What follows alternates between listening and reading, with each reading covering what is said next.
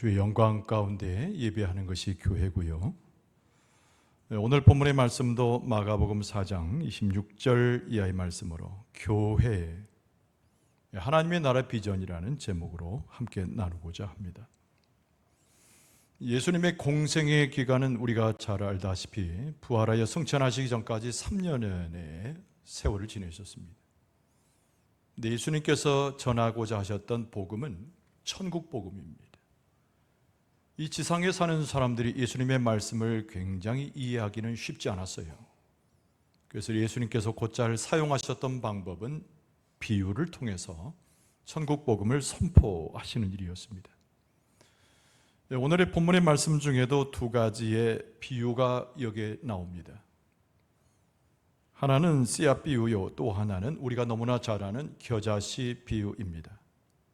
각각 다른 비유이지만 하나의 주제를 삼습니다. 바로 하나님의 나라라고 하는 공통된 주제입니다.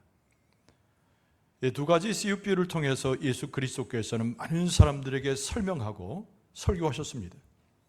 하나님의 나라는 어떻게 우리에게 임하는 것이며 하나님의 나라는 또한 무엇인가, 그리고 그 나라의 성장은 어떻게 이루어지는가에 대해서 예수님께서 일러주셨습니다. 여러분, 우리의 삶은 믿음의 삶을 살면서 고단한 삶을 살 때가 많이 있습니다. 교회 안에서 봉사도 하고 많은 사람을 대할 때 내가 하나님께 쓰여지기 원해서 많은 것으로 희생하고 때로는 열심을 다합니다. 밤을 새워서 기도하는 적도 여러 번이고 정성을 들여서 모든 것 가운데 충성하고 희생하려고 합니다. 그러나 뒤돌아보면 교회 공동체가 왕성하게 부흥되지 못하는 것이 우리의 마음에 걸릴 때가 있습니다. 예배하는 데 익숙합니다. 찬송도 드리고 기도도 합니다. 사람들을 초청해서는 예배 자리에 앉혀두기도 합니다. 또 지역사회를 위해서 교회가 여러 가지 프로그램들을 만들어내기도 합니다. 하나님의 말씀을 배우고 익히고 함께 나누기도 합니다. 그러나 어제 그제와 똑같이 오늘의 교회의 규모가 비슷해질 때 역시 우리의 마음에 때로는 고민이 되기도 하고 그것이 우리의 마음에 상처가 되기도 합니다. 예수님께서 비유 가운데 말씀하신 것은 하나님의 나라의 융성함입니다. 하나님의 나라의 풍부함이 어떻게 우리에게 다가오는 것인지 예수님은 친절하게 비유로 말씀하셨습니다. 예수님 당시에 주변에 있었던 사람들을 위로하고 격려하고 그들에게 새로운 비전을 주시고자 했던 예수님의 뜻이 있었기 때문입니다.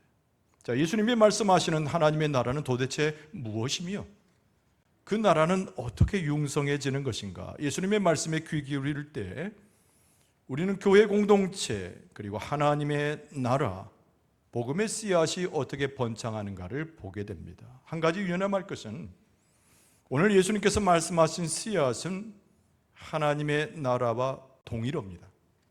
그리고 하나님의 나라는 성령으로 세워진 교회를 지칭하고 있음을 기억할 필요가 있습니다.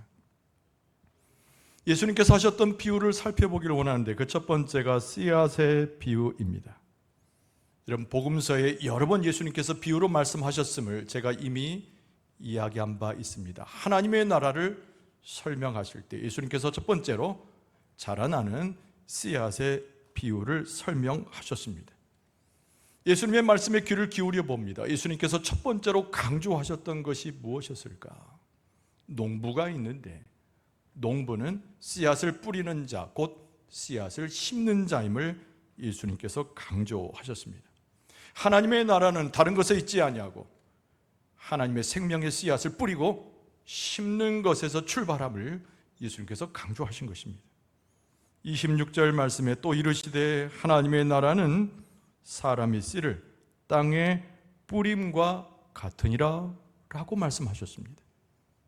여러분, 농부는 씨를 뿌리기 위해서 많은 것을 준비하죠. 농지를 개간하기도 합니다. 비료를 주기도 합니다. 때를 따라서 비 오고 지는 모든 해의 움직임을 관찰하여 준비합니다. 그러나 우리가 하나 생각해 볼 때 모든 것이 완벽하게 준비되었을지라도 농부가 만약에 씨를 뿌리지 않는다면 어떻게 될까요? 가을에 풍성한 곡식을 거둘 수는 없습니다. 많은 것을 준비하고 모든 준비가 다 챙겨지고 완벽하더라도 예수님께서 강조하시고자 하는 것은 씨를 뿌리는 것이 가장 중요한 것인데, 하나님의 나라는 생명의 씨앗을 뿌리는 것에서 시작됨을 예수님께서 강조하셨던 것입니다. 많은 것을 준비하기 땀을 흘렸습니다. 많은 것 가운데 완벽성을 기하기 위해서 자기 시간을 아끼고 희생했습니다. 그럼 농부가 씨를 뿌리지 아니하면 곡식의 수확을 약속받을 수 없듯이 하나님의 나라도 이와 같이 씨앗을 뿌리는 것에서부터 하나님의 나라의 융성함이 시작됨을 예수님께서 말씀하고 계시는 겁니다. 농부의 하는 일 중에 제일 중요한 것이 씨앗을 뿌리는 것입니다. 농부가 하는 일들 중에 가장 소중한 일이 씨를 심기우는 것입니다. 사람으로 할 수 있는데 최선의 것이기 때문이죠. 예수님께서 씨앗 비유를 통해서 뭘 강조하실까요? 농부가 씨앗을 심고 뿌렸으면 그 씨앗이 자라나도록 곡식을 거두게 하는 분은 농부가 아니라 하나님이심을 강조하고자 함이었습니다. 하나님의 나라를 확장시키고 교회가 부흥하는 것의 모든 키는 사람이 가지고 있는 것이 아니고 하나님께서 작정하신 바, 하나님께서 행하시는 것임을 예수님께서 강조하시고자 함이었습니다. 농부는 씨앗을 뿌리는 역할을 하는 사람입니다. 씨앗을 심기우는 사람입니다. 그 다음은 농부의 손에서 모든 것이 넘어간다는 거예요. 물론 씨앗을 뿌린 다음에 물을 적시기도 합니다. 퇴비를 주기도 하고 잡초를 뽑기도 하지만은 그러나 씨앗이 자라나는데 농부의 상관은 중요하지 않습니다. 오늘 예수님께서 강조하신 것은 씨앗을 뿌린 다음에 그것을 자라나게 하고 곡식을 거두게 하는 것은 우리 아버지 하나님이시다. 할렐루야. 그저 농부는 그것을 바라볼 뿐이라고 그랬습니다.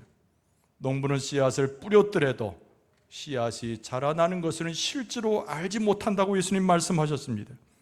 여러분 27절 말씀에 그가 밤낮 자고 깨려고 하는 중에 씨가 나서 자라되 어떻게 그리 되는지를 농부는 알지 못하느니라, 이렇게 말씀했습니다. 예수님께서 강조하시고자 하는 것은 농부의 수고를 폄훼시키는 것이 아니라 농부의 하는 일을 국한시킨 겁니다. 오히려 농부의 씨를 뿌린 다음에 그 씨가 자라나고 풍성해지고 곡식을 거두게 하는 분이 따로 있으니 하나님께서 그 일을 하신다고 말씀하셨습니다. 하나님의 나라, 교회의 부흥, 교회가 열매를 맺는 것은 우리 아버지 하나님께서 책임지시고 하나님께서 역사하심의 결과의 열매인 줄로 믿습니다. 씨앗이 발화가 되는 것, 굉장히 신비로운 일입니다. 씨앗은 작은 것이고 별볼 없는 것처럼 보여도 거기가 발화가 되고 생명이 일어나는 것은 굉장한 미스테리입니다. 예수님께서 말씀하시기를 씨앗에 이미 생명이 있기 때문에, 농부는 씨앗을 뿌렸을 뿐이지만은 그 씨앗 안에 생명이 있어서 자란다고 일부러 말씀하십니다. 여러분 28절 보면 땅이 스스로 열매를 맺되 처음에는 싹이요 다음에는 이삭이요 그 다음에는 이삭의 충실한 곡식이라. 땅에 생명을 주고 씨앗에 생명을 주신 하나님께서 농부의 수고와 상관이 없이 그를 크게 하고 곡식을 열매 맺게 하는 이가 있는데 바로 하나님께서 그런 일을 하신다는 겁니다. 여러분 씨앗과 동일화가 무엇이었지요? 하나님의 나라입니다. 하나님의 나라와 똑같은 말은 교회예요. 그런데 여기에는 생명이 담겨져 있음을 예수님께서 강조하셨습니다. 하나님의 나라의 씨앗은 다른 말로 하나님의 말씀이겠지요. 여러분 그 안에는 이미 생명이 있습니다. 농부가 생명을 넣어서 씨앗을 뿌린 것이 아니요 씨앗 속에 이미 생명이 있는 것인데 그것이 하나님의 말씀임을 성경은 우리에게 일러줍니다. 여러분 사도 바울이 편지한 아닙니다. 히브리서 4장 12절을 먼저 보면 하나님의 말씀이 어떤 능력과 생명이 있는지를 일러줍니다. 히브리서 4장 12절 하나님의 말씀은 살아있고 활력이 있어 좌우에 날선 어떤 검보다도 예리하여 혼과 영과 및 관절과 골수를 찔러 쪼개기까지 하며 또 마음의 생각과 뜻을 판단하니라. 이게 씨앗에 있는 이미 존재하는 생명의 역사입니다. 살아있고 활력이 있는 것이에요. 농부가 만든 것이 아니라 이미 하나님께서 그 씨앗 속에 생명을 넣어주셨는데 활기가 있고 생명이 그 안에 있어서 예리하여 찔러 쪼개고 모든 것을 판단할 만한 지혜가 그 가운데 감춰져 있음을 말씀합니다. 여러분, 이 씨앗 속에 있는 생명은 아주 강력한 것입니다. 하나님으로부터 만들어진 이 생명은 너무나 강력한 것입니다. 여러분, 에레미야서 23장 29절에 보면 여호와의 말씀이니라 내 말이 불같지 아니하냐 바위를 쳐서 부스러뜨리는 방망이 같지 아니하냐. 이 말씀의 비유는 예수 그리스도를 통하여 하나님께서 이 씨앗에 생명을 넣어주셨는데 그것이 너무나 강력한 것이어서 세상에 그 어떤 것도 범접할 수 없는 하나님의 세계를 일러줌을 말씀합니다. 여러분, 하나님은 세상을 창조하실 때 능력으로 창조하시고 모든 것 가운데 당신의 능력을 보이시니 그것이 곧 생명이에요. 그래서 농부가 만들어낸 것이 아니라 농부가 뿌려진 그 씨앗에는 생명이 있는데 하나님의 능력과 권세가 그 가운데 담겨져 있는 것입니다. 여러분, 이 자라나는 씨앗의 생명력을 이미 가지고서 그것이 우리에게는 복음으로 이해됩니다. 씨앗은 복음이지요. 여러분, 사도 바울이 고린도 교회에 편지했습니다. 로마서 보면 로마인들에게 편지했습니다. 복음이 가지고 있는 능력이 무엇인지를 사도 바울이 로마에 있는 교인들에게 가르쳤습니다. 로마서 1장 16절에 보면은 내가 복음을 부끄러워하지 아니하노니 이 복음은 모든 믿는 자에게 구원을 주시는 하나님의 능력이 됨이라. 농부가 만든 것이 아니에요. 농부는 씨앗을 뿌렸을 뿐입니다. 씨앗을 심기었을 뿐입니다.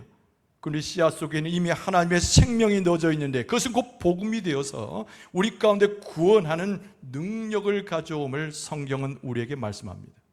여러분, 씨앗이 뿌려지고 하나님의 나라가 왕성해질 때 곡식을 맺는 교회의 열매를 하나님께 주실 때 구원하는 열매, 생명을 살리는 열매, 우리의 모든 삶을 하나님의 나라 백성으로 만드는 하나님의 놀라우신 능력으로 역사하여 주시는 줄로 믿습니다. 사도 바울이 뭐라고 설명했습니까? 고린도 교인들에게 우리는 아무것도 아니다. 우리는 단순한 주의 명령을 따랐을 뿐이다. 모든 것을 이루시는 분은 하나님이심을 강조합니다. 고린도전서 3장 6절 이하에 보면은 나는 심었고 아볼로는 물을 주었으되 오직 하나님께서 자라나게 하셨으니 7절에 보면 그런즉 심는 이나 물 주는 이는 아무것도 아니로되 오직 자라게 하시는 이는 하나님뿐이니라. 우리는 아무것도 아니라고 그랬어요. 우리는 단순 농부와 같이 복음의 씨를 뿌리고 우리는 농부와 같이 하나님의 생명을 잉태한 씨앗을 심겼을 뿐입니다. 그러나 부지런히 씨앗을 심고 부지런히 씨앗을 뿌리는 가운데 하나님의 역사가 나타나니 모든 것을 거두게 하고 열매 맺게 하시는 분은 오직 하나님이심을 강조하고 있습니다.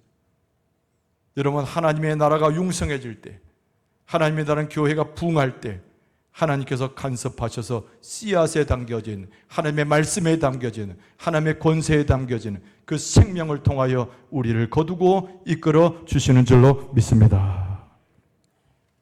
두 번째 비유가 겨자씨 비유입니다. 여러분, 앞에 씨앗 비유가 겨자씨 비유의 공통점은 하나님의 나라를 설명하는 것이죠. 예수님께서 비유로 말씀하시면서 교회가 갖는 생명력에 대해서 예수님께서는 강조하셨습니다. 그런데 그 하나님의 나라는 씨앗 비유와 좀 다르게 겨자씨 비유에는 아주 작게 출발을 하는 하나님의 나라와 교회의 모습을 예수님께서 말씀하셨어요. 아주 작은 나라입니다. 하나님의 나라는 31절 말씀해 보면 겨자씨 한 알과 같으니 땅에 심길 때에는 땅 위에 모든 씨보다 작은 것이로되 그랬습니다. 예수님께서 비유하여 설명하셨는데 겨자씨만큼 작은 것, 그것이 하나님의 나라요, 하나님의 출발이라, 하나님의 나라의 출발이라고 설명하신 겁니다. 이 말씀에 의문을 가져요. 여러분, 하나님이 작으신 분인가요? 하나님의 나라가 작은 나라입니까? 하나님께서 온 세상을 창조하셨고 다스리시고 그 권세로 모든 것을 인도하실 때 하나님의 역사는 온 우주 만물 가운데 편만하여져서 하나님이 위대하고 광대하시고 하나님은 능력과 모든 지혜의 원천이신 줄로 믿습니다. 그런데 예수님께서 하나님의 나라를 설명하시면서 겨자씨 하나를 보이시고는 하나님의 나라는 이렇게 작은 것이라고 역설적으로 설명하고 계십니다. 비유로 말씀하신 거예요. 예수님 주변에는 제자들도 있었지만 수많은 군중들이 있었습니다. 그들이 이해할 수 있는 안목으로 예수님께서 설명하신 것입니다. 여러분, 군중들이 바라보니까 한 청년이 천국 복음이라고 계속 설명하는 거예요. 예수님을 메시아로 알아보지 못했던 군중들의 눈에는 예수님은 그저 평범한 청년에 불과했습니다. 입술에서 설교는 잘하는 것처럼 보이지만, 천국 복음을 선포하는 것처럼 보이지만 예수님의 모습은 그들에게 아직 메시아로 인식되지 못했습니다. 30절 말씀에 보면 또 이르시되 우리가 하나님의 나라를 어떻게 비교하며 또 무슨 비유로 나타낼까 궁금해하고 그리고 마음 가운데 생각하는 한 청년의 모습에 불과했습니다. 여러분, 예수님의 주변에는 제자들이 있었어요. 근데 군중들의 사람이 보니까 별 볼 일 없는 거예요. 남루합니다. 미련하게 보입니다. 어부 출신에다가 자기들이 싫어하는 세리 출신들 몇몇이 그 가운데 포함되어 있었습니다. 여러분, 제자들의 모습은 화려하지 않았어요. 교육받지 못한 어리석은 자들, 그것이 바로 제자들의 모습이었습니다. 그들이 보았던 로마의 군단의 모습은 화려한 것이었잖아요. 그들이 가지고 있었던, 그들 가운데 목격되었던 로마의 모습은 얼마나 강력한 것이었습니까?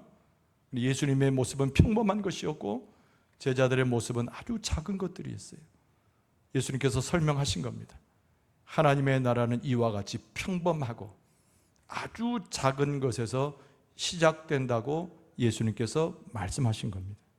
하나님은 화려한 것을 좋아하지 않습니다. 하나님은 엄청나게 위대한 것을 좋아하지 않으세요. 하나님께서 좋아하시는 것은 한 사람 한 사람 심령 속에 있는 그들의 마음을 살피시고 소자, 작은 자에게 관심을 두신 분이 하나님이세요. 많은 사람들은 실력자를 세우기를 원합니다. 많은 사람들은 권력자를 앞에 세워서 내가 그를 따름으로 내가 무엇이나 된 것처럼 우쭐대는 것이 세상적인 사람의 가치관입니다. 그러나 하나님은 구원주가 없이는 죽을 수밖에 없는 죄인들의 관심을 가지셨던 분이 하나님이세요. 사도 바울이 고린도 교인들에게 편지하면서 우리의 면면들을 좀 보라, 우리의 모습을 보라, 형편없지 않느냐. 고린도전서 1장 26절 이하에 보면 형제들아 너희를 부르심을 보라. 육체를 따라 지혜로운 자가 많지 아니하며 능한 자가 많지 아니하며 문벌 좋은 자가 많지 아니하도다. 이는 아무 육체도 하나님 앞에서 자랑하지 못하게 하려 하심이라. 도대체 우리의 모습을 봐라. 누가 실력자가 있으며 우리의 모습 가운데 누가 대단한 인물이 있으며 우리의 모습 가운데 철학자가 있느냐? 우리는 무명한 자고 아무것도 아닌 자요, 우리는 별 볼 일 없는 자인데 그리스도의 이름으로 모이지 않았느냐? 여러분, 하나님의 나라 교회 그리고 주 앞에 서 있는 것은 아주 자꾸 남루한 것에서 모든 것이 시작이 됩니다. 왜 하나님께서 위대한 자를 부르지 아니하시고 대단한 자를 부르지 아니하시고 권력자를 제일 먼저 그의 공동체를 세우시면서 가장 앞자리에 세우지 않으셨을까요? 제가 읽어드린 그 말씀 가운데 29절 이는 아무 육체도 하나님 앞에서 자랑하지 못하게 하려 하심이라. 농부가 그저 씨를 뿌리는 것처럼, 농부가 그저 그 씨앗을 심기우는 것처럼 우리는 그저 한낱 농부에 불과하고 우리의 모습은 화려하지 않아도 하나님의 부르심과 그리스도의 부르심으로 앞에 와 있는 거죠. 하나님의 나라는 그렇게 작은 것으로 볼품없는 것으로 시작됨을 예수님께서 말씀하고 계시는 겁니다. 여러분, 영광 읍내에 나가서 우리 교회를 아느냐고 물어보세요. 우리 생각에는 다 알 것 같지요? 그렇지 않습니다. 대부분의 사람들은 우리 교회를 알지 못해요. 내가 그리스도인이고 하나님을 믿는 사람이라고 자랑해 보세요. 많은 사람들이 칭찬해 줍니까? 우리를 무시하고 우리를 경멸하는 태도로 나오는 사람이 훨씬 많을 것입니다. 여러분 그러나 괜찮아요. 하나님의 나라는 무시받고 다른 사람에게 평가를 받지 못한 채 출발하는 것이 하나님의 나라요 참된 교회의 출발입니다. 그런데 예수님께서 이것으로 멈춰지지 않고 우리에게 말씀하고 계세요. 하나님의 나라는 하나님의 역사와 그리스도의 은혜 가운데 놀라울 정도로 크게 확장이 되고 융성할 것임을 예수님께서 말씀하셨습니다. 32절 말씀에 심김 후에는 자라서 모든 풀보다 커지며 큰 가지를 내나니 공중의 새들이 그 그늘에 깃들일 만큼 되느니라. 할렐루야. 하나님의 만져주심과 예수 그리스도의 은혜 가운데 공동체 그리고 교회가 성장하는 그 모습은 너무나 놀라운 모습으로 장대할 것임을 말씀하고 있습니다. 아주 작은 씨앗처럼 볼품없는 모습으로 그 공동체가 시작이 되고 하나님의 나라가 선언되었지만은 하나님께서 역사하실 때 그리스도의 진리가 나타나고 복음의 역사가 이루어질 때 그 공동체는 그 하나님의 나라는 그 교회는 누구도 예상할 수 없을 정도의 융성함을 경험할 것이라고 예수님께서 비전 가운데 말씀하신 것입니다. 여러분 2000년 전에 예수님의 제자들이 감히 상상이나 했을까요? 비루하고 남루하고 예수님 모여 있었던 그 옆에 있었던 제자들이 만약 2000살 먹어가지고 지금 우리와 함께 있다면 굉장히 놀라고 자빠졌을 거예요. 몇 사람 되지 않았던 사람들이 예수님의 주변에 평범한 청년에 모여 있어서 멸시받았던 우리들이 2000년이 딱 지났더니 대한민국의 교회뿐만 아니라 전 세계적으로 교회와 하나님의 나라가 확정되는 모습을 보고 얼마나 놀랄까요? 작은 겨자씨만 하고 아무것도 아닌 것이었지만은 그 안에 생명이 있고 하나님의 만져줌이 있을 때 온 세계를 통치할 만한 하나님의 역사를 선포하는 하나님의 나라 교회 공동체로 확장되고 융성하게 될 줄로 믿습니다. 그런데 여러분 여기서 하나 착각하지 말 것은 교회의 융성함, 교회가 위대하게 커지는 것은 물량적으로 커지고 권력과 힘이 자랑되는 것은 아니라는 거예요. 세상에 얼마나 고통받는 사람들이 많습니까? 세상에 얼마나 많은 사람들이 지쳐 쓰러져 갑니까? 유리방황하고 진리를 알지 못한 채 천국 가는 길을 알지 못하잖아요. 하나님의 나라가 확장되는 것은, 교회 공동체가 융성해지는 것은 그들에게 피난처가 되어지고 그들을 품어 안아주고 새로운 소망이 되신 예수 그리스도를 널리 증거하기 위한 하나님의 역사인 줄로 믿습니다. 아까 읽어드린 32절 하반절에 보면은 공중의 새들이 그 그늘에 깃들일 만큼 커진다고 말씀하고 있는 거예요. 어느 곳에도 정처 없이 마음을 둘 데 없는 사람들이, 어느 곳에도 소망을 둘 수 없는 사람들이, 지치고 쓰러지고 자기의 삶의 진리를 알지 못하고 헤매는 사람들이 하나님의 나라가 융성해질 때, 교회가 부흥을 경험할 때 그 가운데 들어와서 교회를 지붕 삼아 하나님을 피난처 삼아 그곳 가운데 보금자리를 틀게 하는 것, 그것이 바로 하나님의 나라의 융성함이고 교회의 부흥이라고 할 수 있습니다. 하나님의 나라 융성해질 때, 그 씨앗이 생명을 안고 곡식을 거둘 때 우리 교회도 성장하며 세상 모든 사람들이 거닐 수 있는 큰 지붕이 되어서 피난처가 되고 하나님의 영광과 다스리심과 그리고 하나님의 회복하심과 그 은총과 은혜가 넘쳐나는 교회로 하나님께서 삼아 주실 줄로 믿습니다. 여러분 이 두 비유는 무엇을 말씀한다고 되어 있습니까? 하나님의 나라, 교회의 영적 비전을 그대로 우리에게 보여주는 그런 비유의 말씀이라고 일러드렸습니다. 여러분 하나님의 나라를 위해서 우리는 열심을 기해야 합니다. 그러나 딱 한 가지만 하는 거예요. 예수 그리스도의 생명이 들어가 있는 씨앗을 부지런히 던지고 부지런히 뿌리고 부지런히 심겨오는 것입니다. 날까 나지 않을까 염려할 필요 없습니다. 때를 얻든지 못 얻든지 그 명령만 순행하게 되면은 하나님께서 그 생명의 씨앗을 키워주셔서 나고 자라나게 하셔서 생명의 놀라운 열매를 맺는 하나님의 나라로 확장시켜 주실 줄로 믿습니다. 나의 비천함을 스스로 내 마음 가운데 고통해하지 말아요. 내가 비루하고 아무것도 아님을 오히려 고백하는 가운데 교회의 시작이 거기에 있고 하나님의 나라의 공동체의 씨앗이 거기에 있으며 하나님의 역사가 있을 때 많은 사람들을 포용하고 이 세계 가운데 생명의 복음을 증거할 수 있는 하나님의 나라 교회로 확장시켜 부흥시켜 주실 줄로 믿습니다. 참된 부흥의 역사, 참된 하나님의 나라의 확장은 예수 그리스도의 삶의 모습 속에서 우리는 확인하게 됩니다. 예수님이 어느 곳에서 태어나셨어요? 화려한 궁전에서 태어나신 것이 아니라 저 베들레헴 마구간 아주 비참한 곳에서 예수님이 태어나셨습니다. 아무도 알아주지 않았어요. 아무도 그가 메시아일 것을 상상할 수 없는 그 장소, 시기에 태어나셨어요. 예수님의 나사렛의 어린 시절도 그렇게 아름답지 못했습니다. 그러나 예수님께서 30세 공생애를 시작하게 됐을 때 예수님을 통하여 천국 복음이 선포되기 시작하더니 예수님께서 십자가에 죽으셨습니다. 왜 죽으셨어요? 우리의 모든 죄를 속량하시고 예수님께서 십자가에서 부활하셨습니다.